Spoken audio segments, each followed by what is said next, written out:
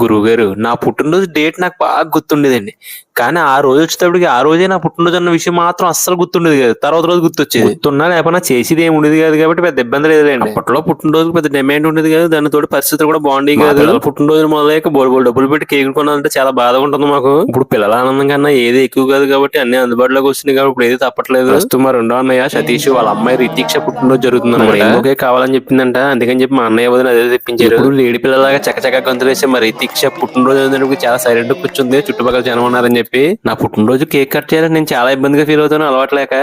అదే ఎవరి పుట్టినరోజు కానీ హడావిడి చేయమంటే మాత్రం ముందే ఉంటాను. అన్నయ్యలో వదినలు అమ్మ నాన్న అందరూ వరుస పెట్టి కేకులు తినిపించారు. ఈ మా పెద్ద అన్నయ్య ఫ్యామిలీ మా అన్నయ్య నగేష్ మా వదిన సంతోష్ కుమార్ వాళ్ళ పిల్లలు ఇద్దరు అన్నమాట. రాలేదు, మెట్లు ఎక్కకూడదన్నారు, డెలివరీ అయింది కాబట్టి నేను మా అమ్మాయి కేక్ తినిపించాను. కొన్ని శ్రద్ధ నాకు ఉండదు, అందుకే నేను డబ్బులు పెట్టేస్తాను. మా వైఫ్ అయితే గిఫ్ట్ ప్యాక్ చేసి ఇమ్మని చెప్పింది. వాళ్ళందరూ చిన్నపిల్లలు కాబట్టి కేక్ చిన్నగా పంపుతున్నారు. అందరూ పెద్ద అయ్యే కొద్ది పెద్దగా పంపుకుంటారేమో. ఫైనల్ గా మా అమ్మాయికి కావాల్సిన కేక్ ముక్కలో మజా రెండు వచ్చేసినాయి.